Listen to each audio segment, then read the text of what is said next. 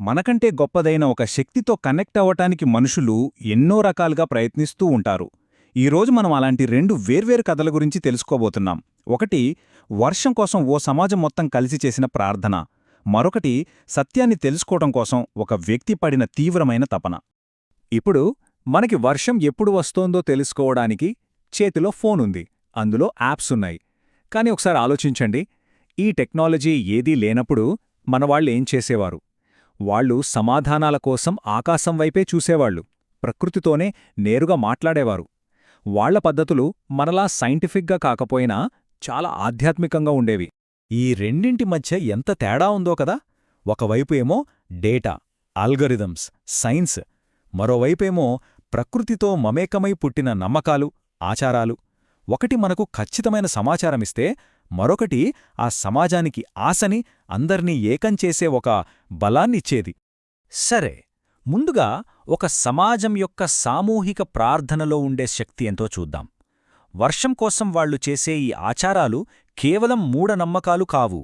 అవి వాళ్ల ఐక్యతకు, వాళ్ల ఉమ్మడి ఆశకు ప్రతీకలు. దీనికొక అద్భుతమైన ఉదాహరణ చూడాలంటే మనం మన తెలంగాణకే వెళ్ళాలి. కోలాం గిరిజనులు చేసే ఈ బుద్బవే వేడుకను చూడండి. ఇది కేవలం వర్షం కోసం చేసే పూజ మాత్రమే కాదు. ఇదొక పద్ధతి ప్రకారం, ఒక క్రమంలో జరిగే ఆచారం. అంతేకాదు, దీని చివర్లో ఒక చిన్నపాటి భవిష్యవాణి కూడా దాగి ఉంటుంది. ఈ వేడుక ఊరి మొత్తాన్ని ఒకటిగా నిలబెడుతుంది. అసలు విషయమేంటంటే, ఆచారం చివర్లో కప్పను బావిలో వదులుతారు కదా, ఆ కప్ప మొదట ఏ దిక్కువైపు కదులుతుందో ఆ దిక్కునే ఎక్కువ వర్షాలు పడతాయని వాళ్ల నమ్మకం. ఇది వాళ్ల విశ్వాసానికి, ప్రకృతిని వాళ్లు ఎంత లోతుగా గమనిస్తారో చెప్పడానికి ఒక చక్కటి ఉదాహరణనమాట. నిజానికి భారతదేశంలో ఇలాంటి ఆచారాలు కోకొళ్లలు. పురాణాల్లో ఇంద్రుడి కథల దగ్గరనుంచి కొడైకెనాల్లోని స్థానిక దేవతల పండుగల వరకు వర్షాన్ని ఆహ్వానించడానికి ప్రతి సమాజం వాళ్లకంటూ సొంత మార్గాలను ఏర్పరచుకుంది. ఈ ప్రతి ఆచారం వెనక వాళ్ల సంస్కృతి, ప్రకృతితో వాళ్లకున్న విడదీయరాని బంధం మనకు కనిపిస్తుంది. సరే, సామూహిక ప్రార్థనలు సమాజ అవసరాలను తీర్చచ్చు.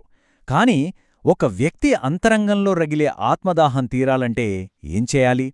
భౌతిక అవసరాల కోసం చేసే ఈ సామూహిక అన్వేషణ నుండి మనమిప్పుడు ఆధ్యాత్మిక సత్యం కోసం ఒక వ్యక్తి చేసిన అంతర్గత మహాప్రయాణం వైపు వెళ్దాం.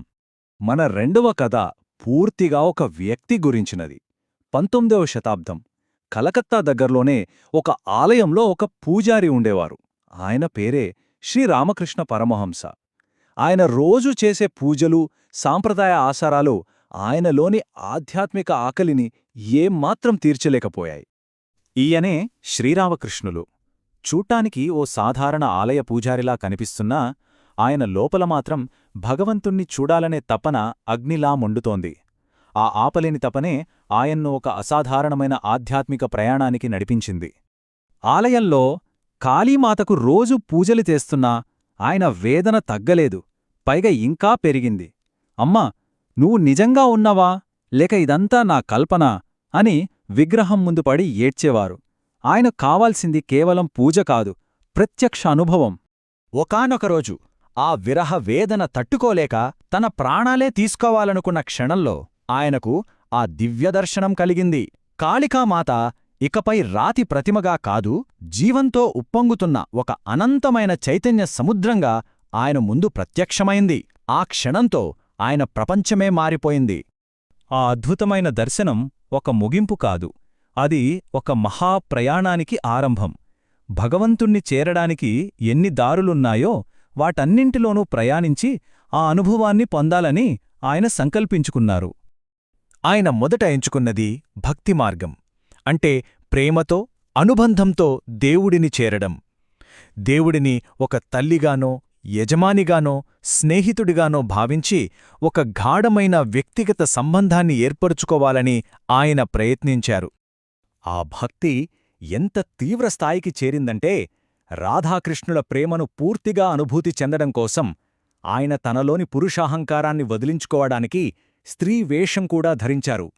చివరికి ఒక అద్భుతమైన దర్శనంలో సాక్షాత్తు శ్రీకృష్ణుడే తనలో ఐక్యమైనట్లు ఆయన అనుభూతి చెందారు. అదే భక్తికి పరాకాష్ఠ. భక్తి మార్గంలో అత్యున్నత స్థితిని చేరినా ఆయన అన్వేషణ అక్కడితో ఆగలేదు. తోతాపురి అనే గురువు మార్గదర్శకత్వంలో ఆయన అద్వైత వేదాంత మార్గంలోకి ప్రవేశించారు. ఇక్కడ లక్ష్యం ప్రేమ కాదు, ప్రేమ భక్తి అన్నిటికీ అతీతమైన సంపూర్ణ ఏకత్వం.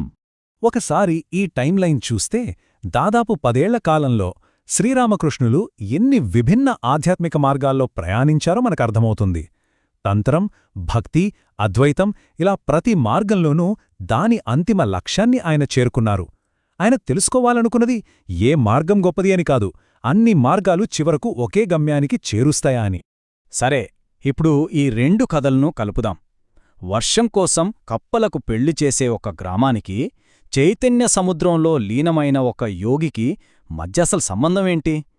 పైకి చూస్తే 2 పూర్తిగా వేర్వేరుగా, సంబంధం లేనట్టుగా అనిపిస్తాయి కదా. కానీ ఒక రకంగా చూస్తే 2 కూడా మానవుడు చేసే అన్వేషణకు 2 రూపాలు.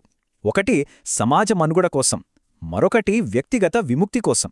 ఒకటి బయటి ప్రపంచంపై దృష్టి పెడితే, మరొకటి అంతర్గత ప్రపంచంపై దృష్టి పెడుతుంది. వాటి లక్ష్యాలు వేరు, పద్ధతులు వేరు. కాని రెండింటి మూలంలోకి వెళితే 2 కూడా తమకంటే గొప్పదైన ఒక శక్తితో కనెక్ట్ అవ్వడానికి చేసే ప్రయత్నాలే. వాటి వెనుక ఉన్న కోరిక, వాటి వెనుక ఉన్న తపన ఒక్కటే, ఒక్క సంబంధాన్ని ఏర్పరచుకోవాలనే ఆరాటం. అందుకే ఈ ప్రశ్న తలెత్తుతుంది. మన ఆధ్యాత్మిక మార్గాలు ఎన్ని ఉన్నా, వాటి రూపాలు ఎలా ఉన్నా, అవన్నీ పుట్టేది ఒకే ప్రాథమిక మానవ దాహం నుంచేనా? ఆ దాహం తీర్చేది శరీరాన్ని బ్రతికించే భౌతిక వర్షం కావచ్చు, లేదా ఆత్మదాహాన్ని తీర్చే జ్ఞానవర్షం కావచ్చు. మరి చివరికి మనమందరం అన్వేషించేది ఒకే వర్షం గురించేనా?